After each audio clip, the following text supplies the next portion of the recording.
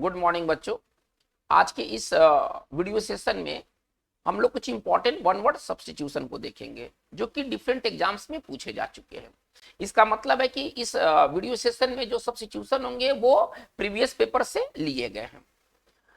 ये जो one word substitution है ये केवल एक बार नहीं, ये कई बार पूछे जा चुके हैं और आगे इनके पूछे जाने की जबरदस्त संभावना है, प्रबल संभावना है। इसमें जो वर्ड्स हैं ये केवल वन वर्ड सब्स्टिट्यूशन के पर्पस को ही पूरा नहीं करते हैं, बल्कि इसमें वर्ड्स जो इस्तेमाल किए गए हैं वो आपके synonyms, antonyms, fill in the blanks, misspelled जैसे क्वेश्चन को भी हल करने में काफी मदद करेंगे। तो चलिए आज की इस वीडियो सेशन की शुरुआत किया जाए क्वेश्चन नंबर 1 से। क्वेश्चन नंबर 1 हमारा क्या कहता है? Printed notice of somebody's death. ठीक है ना। देखिए, जब कोई व्यक्ति का देहांत होता है तो उनके मृत्यु समाचार जो होते हैं ना न्यूज़पेपर वगैरह में छापे जाते हैं। प्रिंटेड नोटिस कह रहा है, मतलब कहीं पर प्रिंट होते हैं। ज्यादातर मामलों में ये अखबारों में छापे जाते हैं। तो इस प्रिंटेड नोटिस को क्या कहेंगे जो किसी के डेथ के बारे में छापा जाता है? चलिए हम सारे ऑप्शंस पर पहले विचार करते हैं, एक एक ऑप्शन के अर्थ को समझते हैं जो कि इंपॉर्टेंट ऑप्शंस होंगे। चलिए, कंडोलेंस। कंडोलेंस का मतलब होता है ना, आप इसको समझिए कि मतलब शोक। कंडोलेंस का मतलब अगर सिंपल भाषा में कहें तो शोक संवेदना जो होता है ना वो कंडोलेंस होता है। इसको आप समझ सकते हैं, शोक संवेदना को कंडोलेंस कहते हैं। चलिए, कैलुमनी का मतलब क्या होता है ना, बदनामी। इसको आप सिंपल भाषा में कहें, किसी को बदनाम करने की जो प्रोसेस होता है ना वो कैलुमनी कहलाता है। अगर इसके सिनोनिम्स के बारे में बात करें तो इसका सिनोनिम्स हम लिख सकते हैं फॉल्स स्टेटमेंट, है ना। किसी के बारे में फॉल्स स्टेटमेंट देना कैलुमनी कहलाता है। चलिए, ओबाइचुरी क्या होता है? देखिए, ओबाइचुरी क्या होता है? अखबारों में ये किसी के देहांत के बारे में छापे जाते हैं। इसका मतलब है कि हमारा राइट 1 का आंसर क्या होना चाहिए? सी होना चाहिए, ओबाइचुरी। ओबाइचुरी का मतलब सिंपल मतलब है, अगर इसको अगर हम लिखें तो मृत्यु समाचार जो कि अखबारों में छापे जाते हैं। ठीक है ना, मृत्यु समाचार जो कि अखबारों में छापे जाते हैं वो ओबाइचुरी कहलाता है। चलिए, एपिटाफ ये भी इंपॉर्टेंट वर्ड है जो कि मृत्यु से रिलेटेड है, लेकिन ये कब्रिस्तान पर समाधि पर जो अंकित जो शब्द होते हैं, जो किसी के बारे में जो लिखा होता है ना वो एपिटाफ कहलाता है। अगर इसको तोड़ के लिखा जाए तो हम इसको कैसे लिख पाएंगे? ठीक है ना, रिटेन वर्ड्स रिटेन वर्ड्स सरल भाषा में कहें तो रिटेन वर्ड्स ऑन टॉम्स, ठीक है ना, या मॉन्यूमेंट्स थोड़ा ध्यान दिया जाए। किसी मॉन्यूमेंट से किसी टॉम पर लिखे गए जो शब्द होते हैं ना वो क्या कहलाते हैं? एपिटाफ होते हैं। तो हमारा जैसे कि क्वेश्चन कर रहा है क्या कि प्रिंटेड जो नोटिस होते हैं जो किसी के डेथ के बारे में प्रिंट किए जाते हैं तो उसका आंसर हमारा ओबिचुअरी होना चाहिए। इसका मतलब हमारा 1 का आंसर क्या होगा? सी होगा। चलिए हम लोग क्वेश्चन नंबर 2 की ओर मूव करते हैं। अरे क्या, just punishment for wrong doing. सवाल बहुत इंपॉर्टेंट है, ये बहुत इंपॉर्टेंट सवाल है।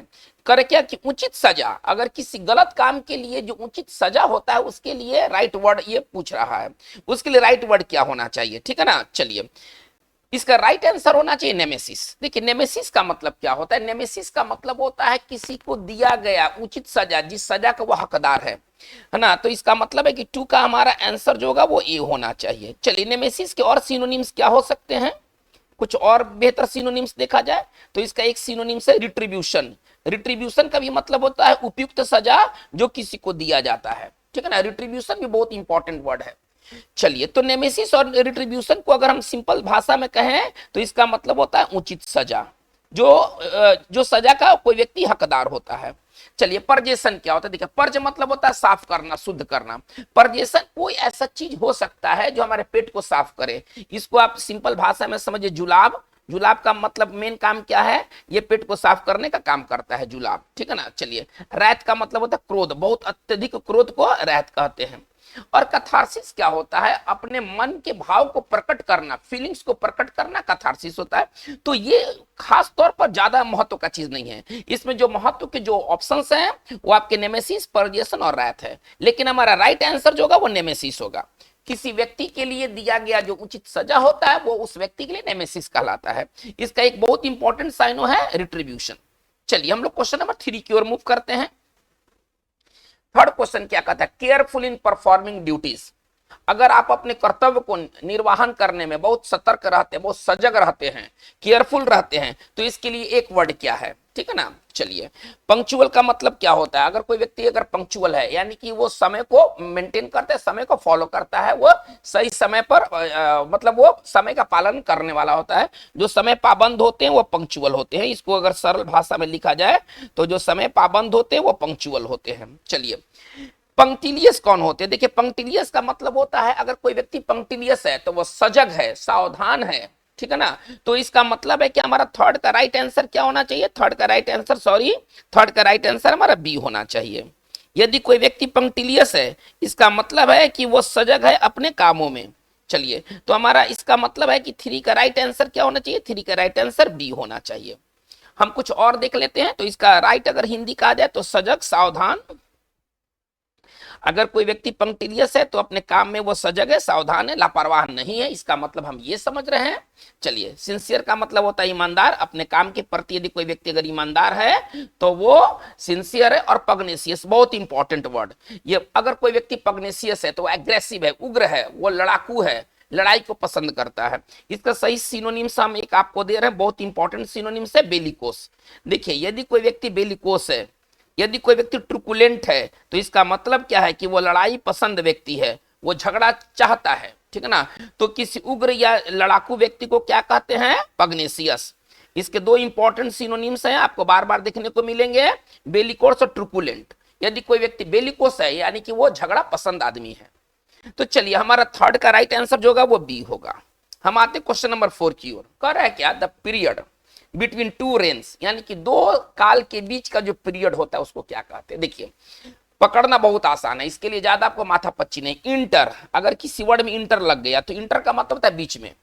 इंटरनेगम, ठीक है ना। ये जो दो पीरियड के बीच का जो पीरियड होता है वो इंटरनेगम कहलाता है। यानी कि हमारा 4 का राइट आंसर क्या होना चाहिए? 4 का राइट आंसर हमारा बी होना चाहिए। चलिए, इसके दूसरे अर्थ को भी देख लेते हैं। लैप्स, लैप्स का मतलब क्या होता है? चूक या गलती।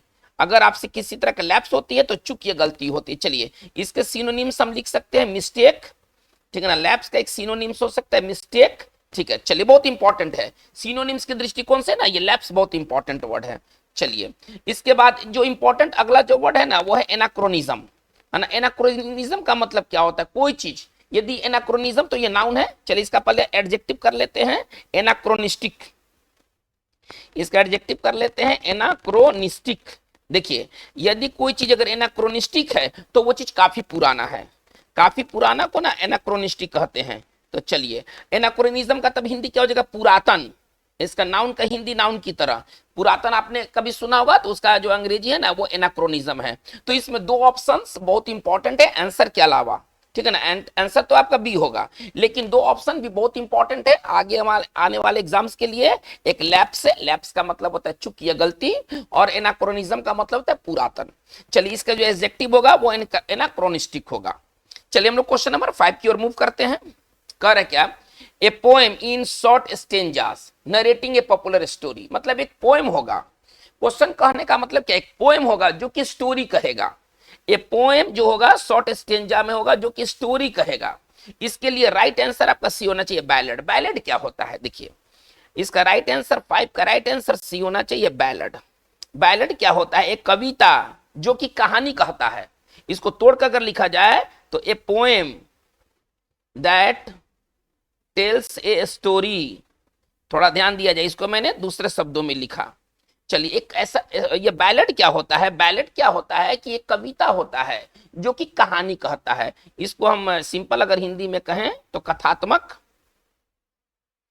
अगर सिंपल अगर हिंदी कहें तो कह सकते कथात्मक गीत। कथात्मक गीत यानी कि वो कथा, वो गीत जो कथा कहे, ठीक है ना। बहुत इंपॉर्टेंट ये वर्ड है बैलेड। चलिए, सोनेट क्या होता है? 14 पंक्ति की कविता। देखिए, सोनेट में ना 14 पंक्ति फिक्स होते हैं, तो 14 पंक्ति के कविता को, है ना, पंक्ति वाला कविता क्या कहलाता है? सोनेट कहलाता है।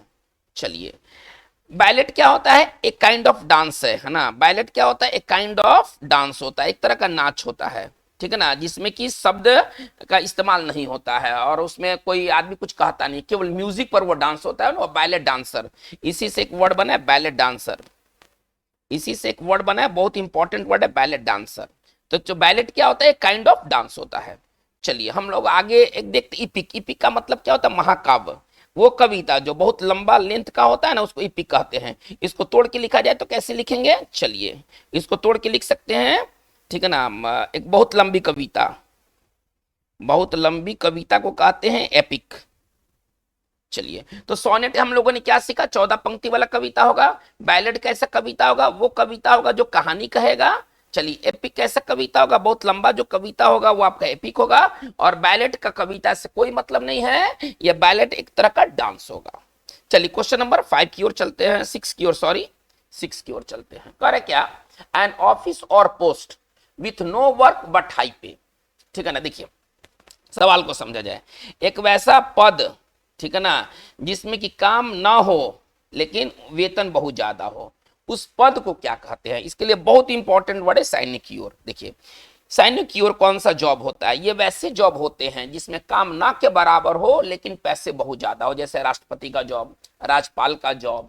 इनको क्या माना जाता है, इनको माना जाता है कि जिम्मेदारी कम है या ना के बराबर है लेकिन सैलरी बहुत हाई है, तो ये जॉब कहलाते हैं साइनेक्योर जॉब। इसका अगर हिंदी कहा जाए तो इसको हम सिंपल हिंदी कह सकते हैं चैन की नौकरी, जिसमें आपको ज्यादा कुछ करना नहीं है लेकिन सैलरी आपकी काफी हैंडसम होगी। चलिए, ऑनररी, देखिए ऑनररी जॉब कैसा जॉब होता है, ये एक तरह का सम्मानजनक जॉब होता है, ठीक है ना। इसमें पैसा नहीं होता लेकिन इज्जत होता है।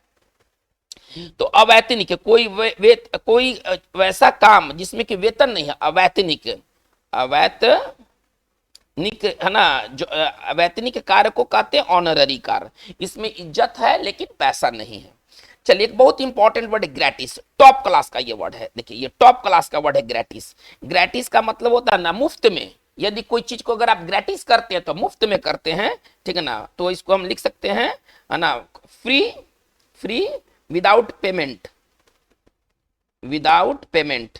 चलिए, और इसको अगर आप समझ ले तो मुफ्त में। यदि कोई चीज यदि ग्रेटिस है, इसका मतलब है कि उसके लिए कोई पेमेंट नहीं लिया गया है, जैसे कि ग्रेटिस एडवाइस, मुफ्त में दिया गया सलाह। आप इसको इस तरह से समझें, ये काफी इंपॉर्टेंट वर्ड है ग्रेटिस। तो इसका मतलब है कि हम लोगों ने आंसर क्या पाया, नंबर 6 का जो राइट आंसर होगा वो आपका बी होगा। चलिए, हम लोग आते हैं नंबर 7 की ओर। कर क्या, the examination of one's thought and एंड फीलिंग्स। किसी व्यक्ति का अपना ही थॉट का, अपने फीलिंग्स का जो एग्जामिनेशन होता है, जिसमें व्यक्ति अपने विचारों को नापता है, जोखता है, उसका परीक्षण करता है, ठीक है ना, इसको क्या कहते हैं। चलिए देखिए, इसमें बहुत इंपॉर्टेंट वर्ड है इंट्रोस्पेक्शन होता है ना, आत्म परीक्षण, आत्म मंथन, है ना। ये इंट्रोस्पेक्शन, इसका राइट आंसर होगा 7 का राइट आंसर हमारा डी होगा। और इंट्रोस्पेक्शन का मतलब होता है आत्म मंथन, आत्मनिरीक्षण। इसमें व्यक्ति को अपना ही भावनाओं और अपने थॉट का वो परीक्षण करता है। चलिए, बहुत इंपॉर्टेंट वर्ड है। चलिए, रिफ्लेक्शन का भी मतलब होता है विचार, रिफ्लेक्शन का मतलब सोच या विचार को रिफ्लेक्शन कहते हैं। चलिए, रिट्रोस्पेक्शन का मतलब होता है व्यक्ति पीछे की ओर जाकर के सोचता है। हम अभी पास्ट में चले गए, अपने बचपन में चले गए। रिट्रो का मतलब होता है पीछे। देखिए आप इसके रूट वर्ड पर जाइए, रिट्रो का मतलब होता है पीछे, यानी कि जब व्यक्ति पीछे की ओर जाकर के सोचता है, अपने पास्ट में जाकर के सोचता है, तो ये कहलाता है रिट्रोस्पेक्शन, ठीक है ना। चलिए, बहुत इंपॉर्टेंट वर्ड है। तो मतलब इसको अगर तोड़ के लिखा जाए तो क्या लिखेंगे, है ना, अपने पास्ट के बारे में, अपने पास्ट के बारे में विचार करना, ये कहलाता है रिट्रोस्पेक्शन। चलिए, मेडिटेशन क्या होता है, तो ध्यान को ना मेडिटेशन कहते हैं।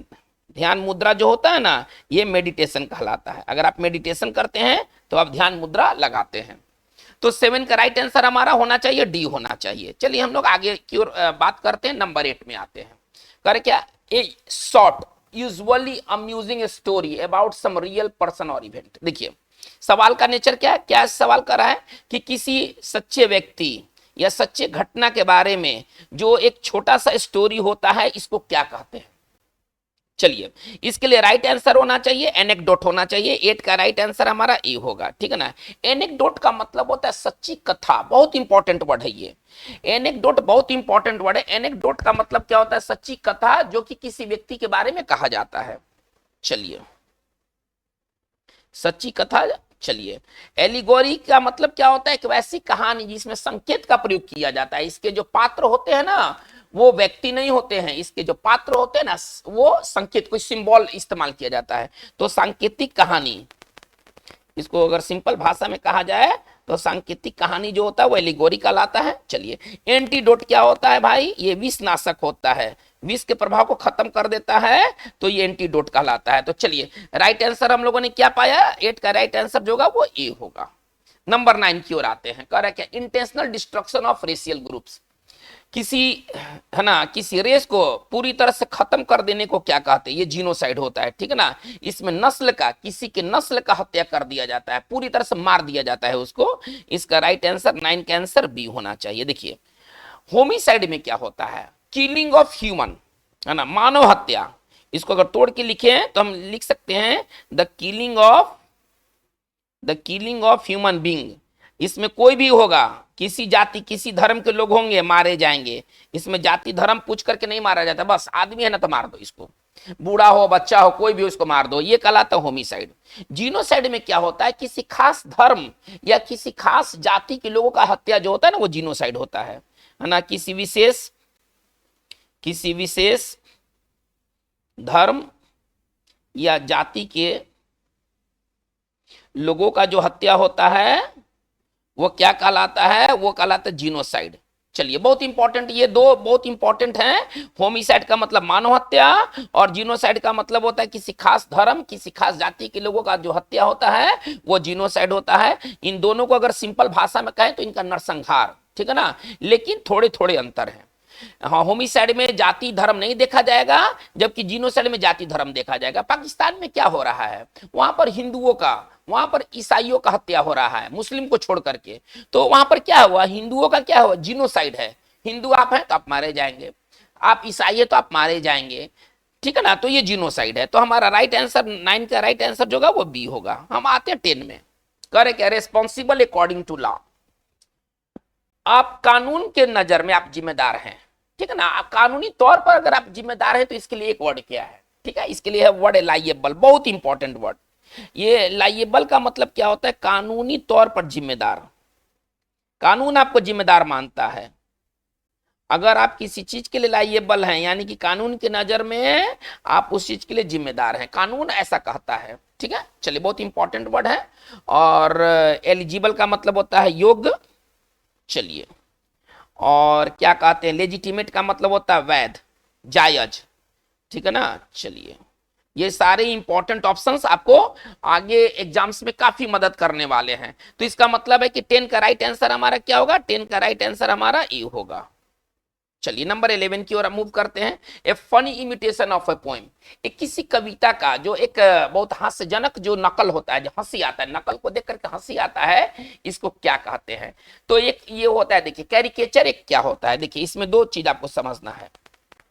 सोनेट के बारे में अभी बताया गया, ये 14 पंक्ति का एक कविता होगा सोनेट। काउंटरफिट का मतलब होता है नकली, पहले सारे ऑप्शंस को पहले देख लेते हैं, नकली।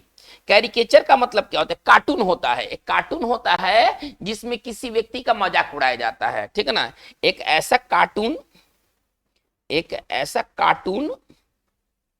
ठीक है ना, जिसमें किसी व्यक्ति का मजाक उड़ाया जाता है, ठीक है ना, ये कहलाता है कैरिकेचर। चलिए व्यक्ति का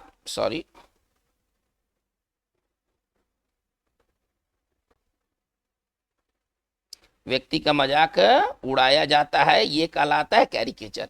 तो पैरोडी भी क्या होता है, पैरोडी मतलब भी क्या होता है ना, कि पैरोडी मतलब भी उसमें हास्यजनक ये होते हैं, नकल होते हैं, है ना, इसमें भी हंसी आता है, लेकिन ये कविता के ऐसा होते हैं। तो इसका मतलब है कि हमारा 11, देखिए कार्टून तो है नहीं, सवाल में पोएम पूछ रहा है, लेकिन कैरिकेचर का परिभाषा में कार्टून है, यहाँ कार्टून का कोई सेंस नहीं है। तो इसका राइट आंसर हमारा क्या होगा, अच्छा नकली के यहाँ कोई सेंस नहीं है, 14 पंक्ति के कविता के यहाँ कोई सेंस नहीं है। सवाल क्या कर रहा है, सवाल कर रहा है कि फनी इमिटेशन, मतलब हंसी आएगा आपको, है ना, पोएम को देख करके ना आपको हंसी आएगा, ठीक है ना, तो वो कहलाता है पैरोडी कहलाता है। 11 का राइट आंसर जो होगा वो डी होगा हमारा।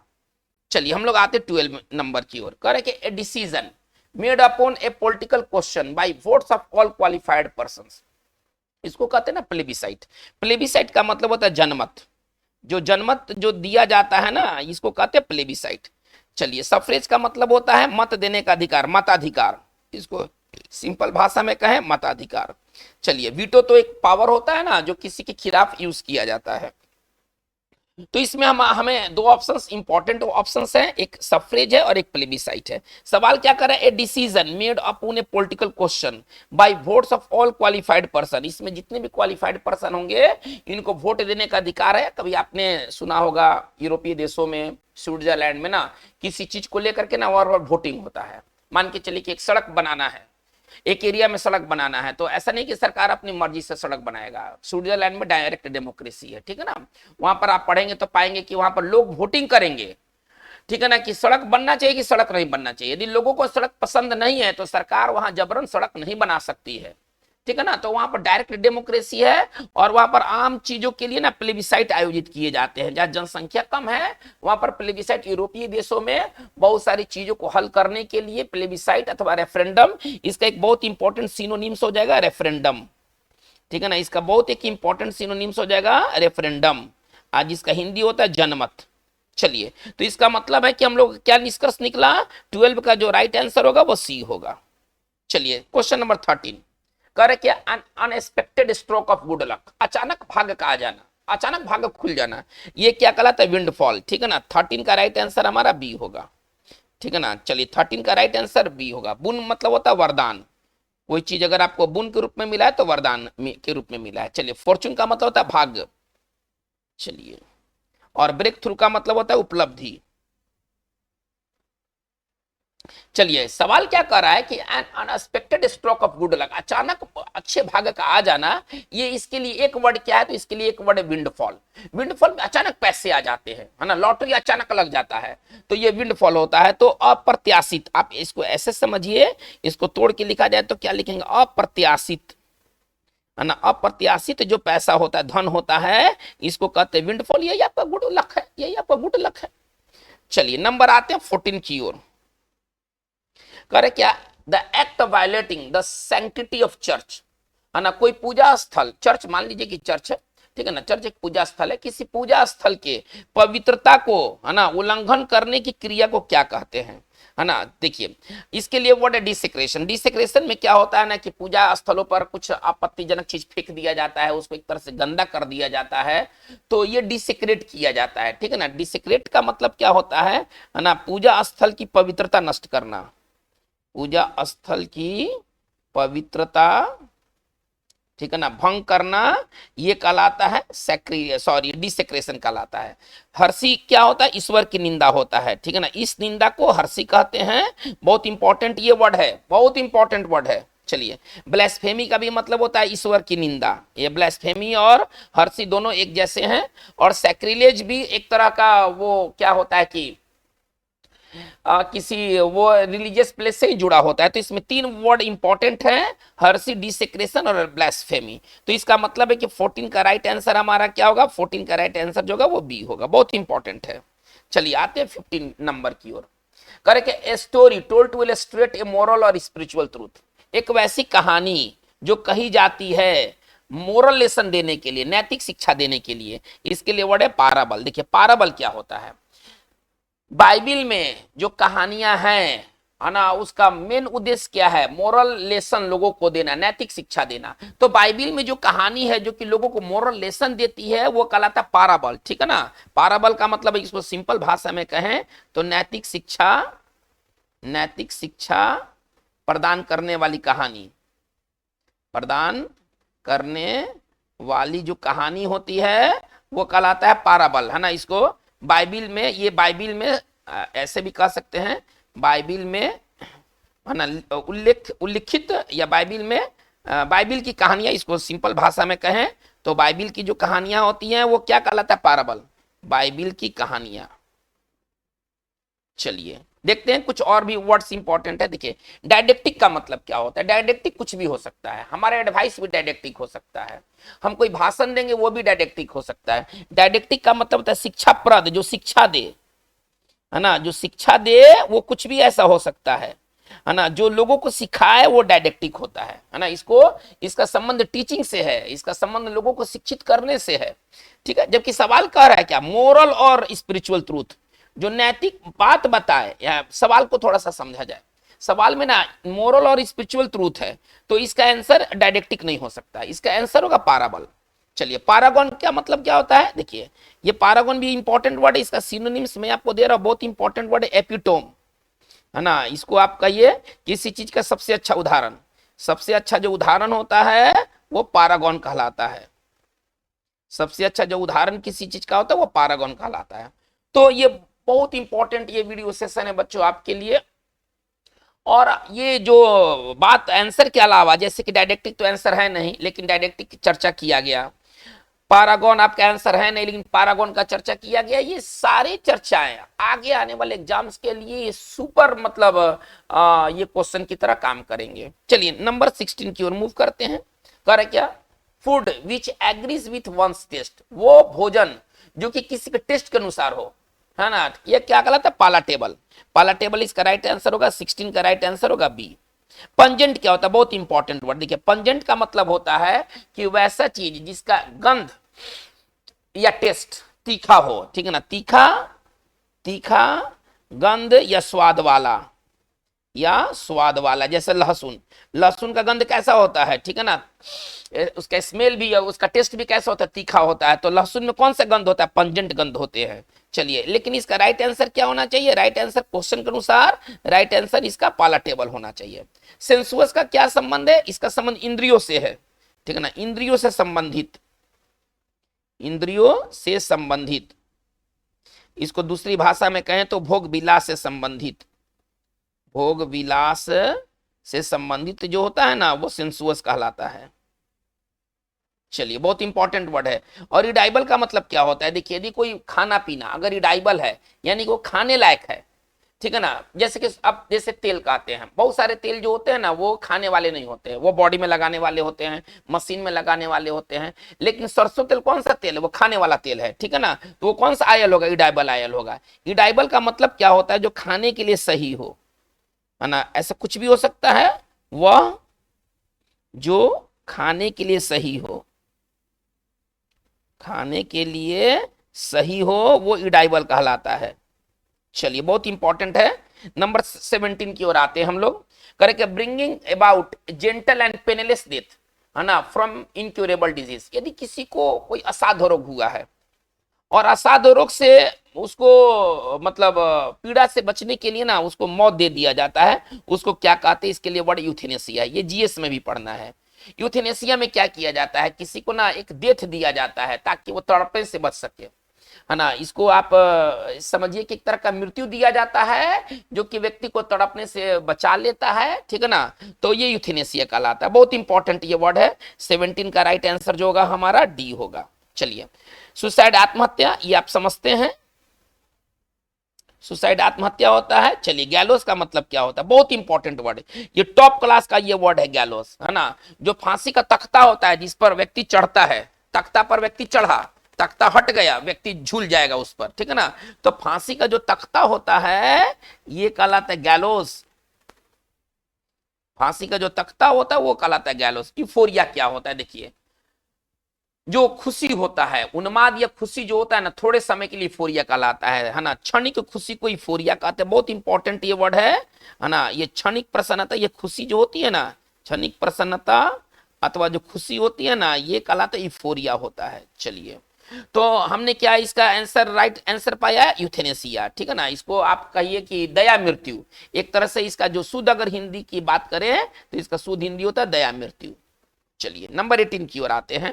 ए हेवी अननेचुरल स्लम्बर, है ना, बहुत आदमी जो है ना एकदम बड़ा नींद में, स्लम्बर का मतलब नींद होता है, पहले आप ऐसा समझिए, है ना, गहरी नींद को ना स्लम्बर कहते हैं, लेकिन व्यक्ति अननेचुरल स्लम्बर में चला गया है, वैसा स्लम्बर जो कि नेचुरल नहीं है, तो इसके लिए वर्ड कोमा। कोमा में क्या होता है, कोमा में व्यक्ति है ना अननेचुरल स्लम्बर में चला जाता है, कोमा अवस्था में, अब हिल डुल नहीं रहा है, एकदम सोया हुआ है, लेकिन ये अननेचुरल होता है। चलिए, इसमें इंपॉर्टेंट वर्ड है आपके लिए इंसोमिनिया। इंसोम्निया क्या होता है ना, अनिंद्रा की बीमारी, नींद नहीं लगेगा, ठीक है ना, इसको सरल भाषा में कहें, अनिंद्रा की जो बीमारी होता है वो अनिद्रा की जो बीमारी होता है वो कहलाता है इंसोम्निया। नैप का मतलब क्या होता है? देखिए झपकी है ना, दोपहर में लिया गया झपकी, दोपहर में लिया गया जो झपकी होता है ना वो नैप होता है। चलिए सवाल कर रहा है क्या अननेचुरल स्लंबर, तो अननेचुरल स्लंबर के लिए वर्ड है कोमा, यानी कि 18 का राइट आंसर हमारा जो होगा वो सी होगा। चलिए नंबर 19 में आते हैं, कह रहे हैं कि ए ग्रुप ऑफ 3 नॉवेल्स, 3 नॉवेल का समूह या 3 नाटक का समूह है ना, जो कि अपने आप में पूरे हैं, अपने आप में कंप्लीट हैं, ये क्या कहलाते हैं? देखिए ये कहलाते हैं ट्रायोलॉजी। ट्रायोलॉजी में क्या होता है ना, ट्राई मतलब 3, आप ऐसे समझिए।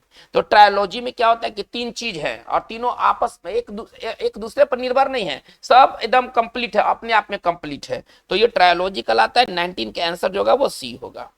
चलिए आते हैं नंबर 20 की ओर, करे क्या design made by putting together colour pieces of glass और स्टोन। देखते हैं जमीन वगैरह पर लगाया जाता है, कलर्ड स्टोन लगाया जाता है, इसको कहते हैं मोजैक ना। पुराने समय में ना, आज तो टाइल्स मार्बल का युग है, लेकिन पुराने समय में क्या होता था कि उसमें आपको लगाया जाता था, स्टोन लगाया जाता था कलर, उसको मोजैक कहते हैं। तो इसका मतलब है कि 20 का राइट आंसर जो होगा वो हमारा बी होगा। चलिए 21 की ओर बढ़ते हैं। The branch of medical science which deals with the problem of old, जो बुढ़ापे से संबंधित जो चीजों का अध्ययन करे उसको क्या कहते हैं? उसको कहते हैं जेरियाट्रिक्स, है ना, जरा विज्ञान। जेरियाट्रिक्स क्या होता है? जरा विज्ञान होता है, बुढ़ापा संबंधी चीजों का इसमें अध्ययन होता है। तो इसका मतलब है कि 21 का राइट आंसर हमारा जो होगा वो बी होगा। ऑन्कोलॉजी बहुत टॉप क्लास का वर्ड। ऑन्कोलॉजी में किसका स्टडी होता है? The study of cancer, the study of cancer, ये टॉप क्लास का वर्ड है ऑन्कोलॉजी, है ना। कैंसर का जो अध्ययन होता है वो ऑन्कोलॉजी कहलाता है। और जेरियाट्रिक्स में क्या होता है? इसमें बुढ़ापा से संबंधित चीजों का अध्ययन करते हैं, ठीक है ना, जिसको हम ऐसे कह सकते हैं द साइंस ऑफ, ठीक है ना, ओल्ड एज, है ना। ओल्ड एज के से जो जुड़ा हुआ जो साइंस है ना वो कहलाता है जेरियाट्रिक्स कहलाता है। चलिए इंपॉर्टेंट वर्ड है, 21 का राइट आंसर जो होगा वो बी होगा। 22 में आते हैं, the doctrine that human souls pass from one body to another at the time of death. हमारा एक सिद्धांत है, हिंदुइज्म में ना एक सिद्धांत है कि व्यक्ति का शरीर से आत्मा निकल करके, ह्यूमन सोल निकल करके एक बॉडी से दूसरे बॉडी में जाती है मृत्यु के समय। इसको कहते हैं ना, इसको आत्मा का एक बॉडी से दूसरे बॉडी में जाना ट्रांसमाइग्रेशन। ट्रांस मतलब होता है एक छोर से दूसरी छोर, है ना, ट्रांसमाइग्रेशन कहलाता है ये, ठीक है ना। तो हमारा 22 का राइट आंसर क्या होगा? सी होगा। आत्मा का एक शरीर से दूसरे शरीर में जाना, इसको ट्रांसमाइग्रेशन का हिंदी क्या होगा? आत्मा का एक शरीर से दूसरे शरीर में जाना, ये कहलाता है ट्रांसमाइग्रेशन। चलिए मेटामॉर्फोसिस क्या होता है? टॉप क्लास का ये वर्ड है।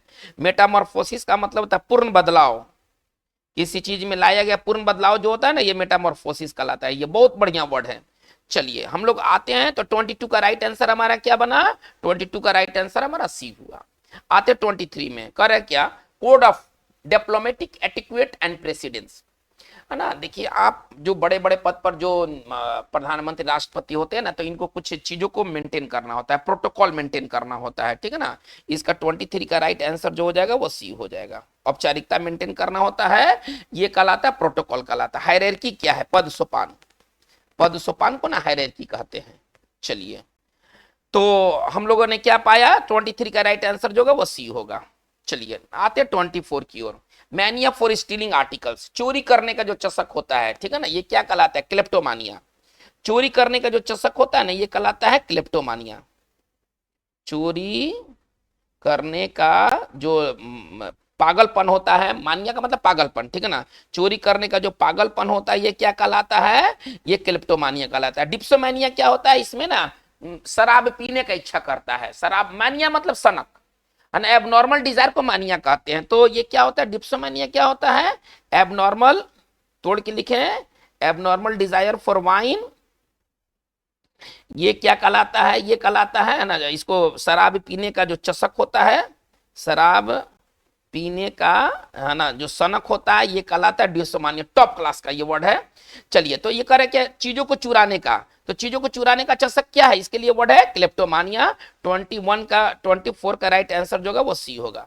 चलिए निम्फोमानिया क्या होता है? ये इंपॉर्टेंट वर्ड है। देखिए जो महिलाओं में जो एबनॉर्मल जो सेक्सुअल डिजायर होता है, ठीक है ना, कामुकता इसको कहिए, महिलाओं में कामुकता जो होता है, आप इसको सरल भाषा में समझिए, महिलाओं में है ना जो कामुकता होता है, एबनॉर्मल जो सेक्सुअल डिजायर होता है, ये कहलाता है निम्फोमैनिया कहलाता है।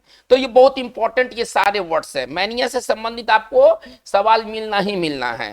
25 में आते हैं, चलिए, the normal abode of any animal और प्लांट, किसी प्लांट का, किसी जानवर का जो नॉर्मल जो आवास होता है उसको क्या कहते हैं, उसको कहते हैं हैबिटेट। यहाँ थोड़ा सा स्पेलिंग गलत हो गया है, ठीक है ना, हम इसको यहाँ पर अभी करेक्ट कर देते हैं, हैबिटेट। हैबिटेट का मतलब क्या होता है, प्राकृतिक आवास को ना हैबिटेट कहते हैं, प्राकृतिक आवास जो होता है ना हैबिटेट कहलाता है। चलिए 25 का राइट आंसर जो होगा हमारा वो क्या होना चाहिए, बी होना चाहिए। चलिए यहाँ पर आप इसको टी समझा जाए, ठीक है ना, इसको टी समझा जाए। चलिए 26 की ओर बढ़ते हैं। Correct to slap with a flat object, चौड़े चीज से, कोई ना चौड़ा चीज है, फ्लैट है, ऐसे स्लैप कर देना, थप्पड़ लगा देना, ये कहलाता है स्वाट।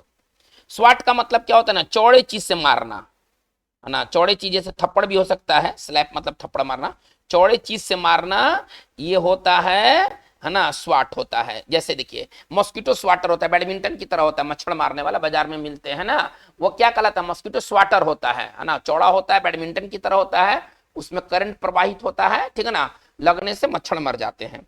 तो चलिए 26 का राइट आंसर हमारा क्या होना चाहिए, बी होना चाहिए।